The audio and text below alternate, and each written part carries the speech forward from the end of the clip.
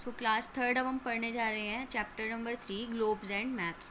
तो आपको पता ही है ग्लोब्स क्या होते हैं, मॉडल ऑफ अर्थ, यानी कि ये देखिए अर्थ का मॉडल को हम ग्लोब कहते हैं, जो अर्थ की तरह दिखता तो है लेकिन अर्थ नहीं होता। एज लाइक जब आप कपड़े की शॉप में जाते हो तो वहाँ पे एक आदमी का डमी खड़ा होता है ना कपड़े पहने हुए, लेकिन वो रियल में तो आदमी नहीं होता ना। उसी तरीके से ग्लोब भी अर्थ का मॉडल है लेकिन अर्थ नहीं है, जो कि अर्थ से छोटे साइज़ में है।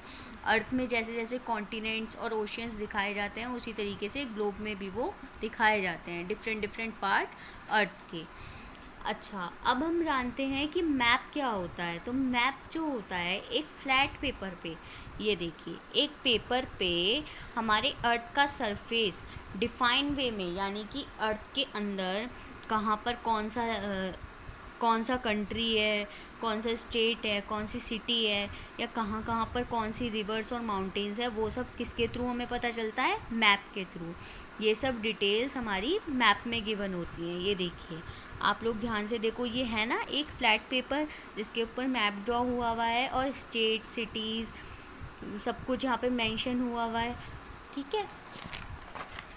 ये देखो, अच्छा मैप के भी बहुत तरीके के टाइप होते हैं। We can draw big maps on small और स्मॉल मैप। हम दोनों तरीके के मैप बना सकते हैं, बड़े भी और छोटे भी। जो बड़े मैप्स होते हैं जो कि वॉल पर टांगे जाते हैं, यानी दीवार पर टांगे जाते हैं, उनको हम वॉल मैप्स बोलते हैं। लेकिन जो छोटे मैप्स होते हैं जो कि बुक की फॉर्म में बनाए जाते हैं, उनको हम क्या बोलते हैं, एटलास, यानी कि a book of map is called atlas. Maps की बुक को हम एटलास के नाम से जानते हैं। The map which shows the whole earth, यानी कि ऐसा मैप जिसमें हमारी पूरी पृथ्वी दिखाई जाए, उसको हम वर्ल्ड मैप के नाम से जानते हैं। We can find all the continents and the ocean on a world map. हम सारे कॉन्टिनेंट, सारे ओशियंस हम किस में देख सकते हैं, वर्ल्ड मैप के थ्रू देख सकते हैं। There are also separate maps for different continent, countries, state और डिस्ट्रिक्ट। यहाँ पर केवल एक पूरे वर्ल्ड के ही नहीं बल्कि डिफरेंट डिफरेंट कॉन्टिनेंट के, कंट्री के, स्टेट के और डिस्ट्रिक्ट के भी सेपरेटली मैप बनाए जा चुके हैं और मार्केट में अवेलेबल भी होते हैं। ये देखिए इस मैप को हम क्या कहते हैं, world map. As we can see on map different colour show the land and water bodies. ये मैंने अभी आपको बताया ना कि जो मैप में जो लैंड और वाटर बॉडीज़ हैं वो डिफरेंट डिफरेंट कलर के थ्रू दिखाई जाती हैं। जैसे कि लैंड को ग्रीन और ब्राउन कलर से शो किया गया है, जबकि वाटर को ब्लू कलर से शो किया गया है। There are no boundaries of different countries. उसमें कोई भी बाउंड्री नहीं होती है डिफरेंट डिफरेंट कंट्रीज़ की। The large land masses which appear as surrounded by water are called continent. ऐसी बड़ी बड़ी जगह जो कि पानी से घिरी हुई है उनको हम कॉन्टिनेंट कहते हैं। कि हमारे पूरी पृथ्वी पर 7 कॉन्टिनेंट्स हैं। कौन कौन से, Asia, Africa, north America, south America, Europe, Australia and Antarctica. जो एशिया है वो हमारी पूरी पृथ्वी का सबसे बड़ा कॉन्टिनेंट है, जबकि ऑस्ट्रेलिया सबसे छोटा कॉन्टिनेंट है। जो कॉन्टिनेंट हैं वो और भी छोटे छोटे पार्ट्स में जब डिवाइड कर दिए जाते हैं तो उनको हम कंट्रीज़ बोल देते हैं। और हमारी इंडिया किस किस कॉन्टिनेंट का पार्ट है, साउथर्न पार्ट ऑफ एशिया, यानी कि दक्षिणी पार्ट है एशिया का। Large water bodies on the earth are called ocean.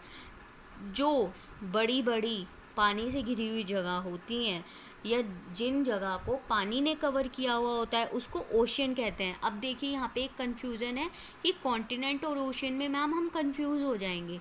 तो बेटा जो जगह लैंड तो होती है लेकिन उसके चारों तरफ पानी हो उसको तो हम कॉन्टिनेंट कहेंगे, यानी कि ये कॉन्टिनेंट है। ये देखो इसके यहाँ पे चारों तरफ पानी है ना, ठीक है।